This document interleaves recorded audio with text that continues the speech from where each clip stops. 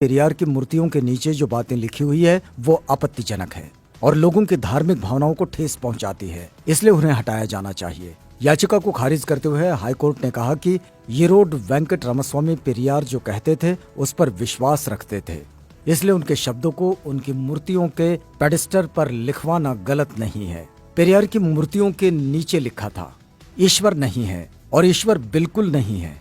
जिसने ईश्वर को रचा वो बेवकूफ है, जो ईश्वर का प्रचार करता है वो दुष्ट है और जो ईश्वर की पूजा करता है वो बर्बर है। ग्रेट पेरियर नायकर के ईश्वर से सवाल। पहला सवाल, क्या तुम कायर हो जो हमेशा छिपे रहते हो, कभी किसी के सामने नहीं आते? दूसरा सवाल, क्या तुम खुशामद परस्त हो जो लोगों से दिन रात पूजा अर्चना करवाते हो? तीसरा सवाल, क्या तुम हमेशा भूखे रहते हो जो लोगों से मिठाई, दूध, घी आदि लेते रहते हो? चौथा सवाल, क्या तुम मांसाहारी हो जो लोगों से निर्बल पशुओं के बलि मांगते हो? पांचवा सवाल, क्या तुम सोने के व्यापारी हो जो मंदिरों में लाखों टन सोना दबाए बैठे हो? छठा सवाल, क्या तुम व्यभिचारी हो जो मंदिरों में देवदासियां रखते हो? सातवां सवाल, क्या तुम कमजोर हो जो हर रोज होने वाले बलात्कारों को नहीं रोक पाते? आठवां सवाल, क्या तुम मूर्ख हो जो विश्व के देशों में गरीबी, भूखमरी होते हुए भी अरबों रुपयों का अन्न, दूध, घी, तेल बिना खाए ही नदी नालों में बहा देते हो? नौवां सवाल, क्या तुम बहरे हो जो बेवजह मरते हुए आदमी, बलात्कार होती हुई मासूमों की आवाज नहीं सुन पाते? 10वां सवाल, क्या तुम अंधे हो जो रोज अपराध होते हुए नहीं देख पाते? 11वां सवाल, क्या तुम आतंकवादियों से मिले हुए हो जो रोज धर्म के नाम पर लाखों लोगों को मरवाते रहते हैं? 12वां सवाल, क्या तुम आतंकवादी हो जो ये चाहते हो कि लोग तुमसे डर कर रहें?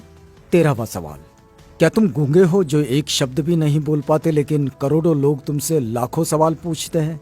14वां सवाल, क्या तुम भ्रष्टाचारी हो जो गरीबों को कभी कुछ नहीं देते जबकि गरीब पशुवत काम करके कमाए गए पैसों का कतरा कतरा तुम्हारे ऊपर न्यौछावर कर देते हैं? 15वां सवाल, क्या तुम मूर्ख हो कि हम जैसे नास्तिकों को पैदा किया जो तुम्हें खरी खोटी सुनाते रहते हैं और तुम्हारे अस्तित्व को ही नकारते हैं? 5 मिनट का समय निकालकर जरूर पढ़ो भगवान के कारनामे। नास्तिक होना कोई आसान नहीं। कोई भी नासमझ इंसान ईश्वर के अस्तित्व को मानकर फ्री हो जाता है, उसके लिए उसे बुद्धि की जरूरत नहीं होती, लेकिन नास्तिक होने के लिए दृढ़ विश्वास और साहस की जरूरत होती है। ऐसी योग्यता उन लोगों के पास होती है जिनके पास प्रखर तर्क बुद्धि होती है। अंधश्रद्धा ऐसा केमिकल है जो इंसान को मूर्ख बनाने में काम आता है। पेरियार E.V. रामास्वामी। आप देख सकते हैं हिंदू धर्म का विचित्र इतिहास।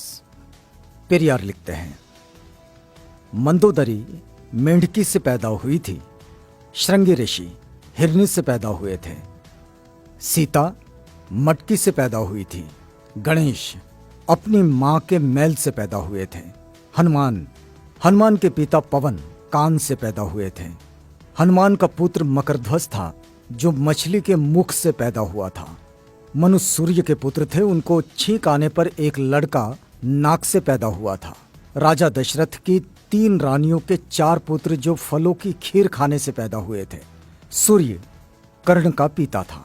भला सूर्य संतान कैसे पैदा कर सकता है? वो तो आग का गोला है। ब्रह्मा ने तो 4 वर्ण यहां वहां से निकाले, हद है। अछूत का बनाया हुआ चमड़े का ढोल मंदिर में बजाने से मंदिर अपवित्र नहीं होता। अछूत मंदिर में चला जाए तो मंदिर अपवित्र हो जाता है। उन्हें इस बात से कोई मतलब नहीं कि ढोल किस जानवर की चमड़ी से बना है। उनके लिए मरे हुए जानवर की चमड़ी पवित्र है पर जिंदा अछूत अपवित्र। लानत है ऐसे धर्म पर। बुद्धिजीवी प्रकाश डालें, दिमाग की बत्ती जलाओ, अंधविश्वास भगाओ।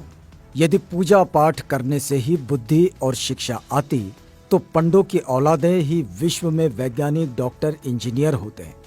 वहम से बचो, अपने बच्चों को उच्च शिक्षा दिलवाओ, क्योंकि शिक्षा से ही वैज्ञानिक, डॉक्टर, इंजीनियर और शासक बनते हैं, पूजा पाठ से नहीं। अतः वहम का कोई इलाज नहीं है और शिक्षा का कोई जवाब नहीं है। शिक्षित बनो, संगठित रहो, संघर्ष करो।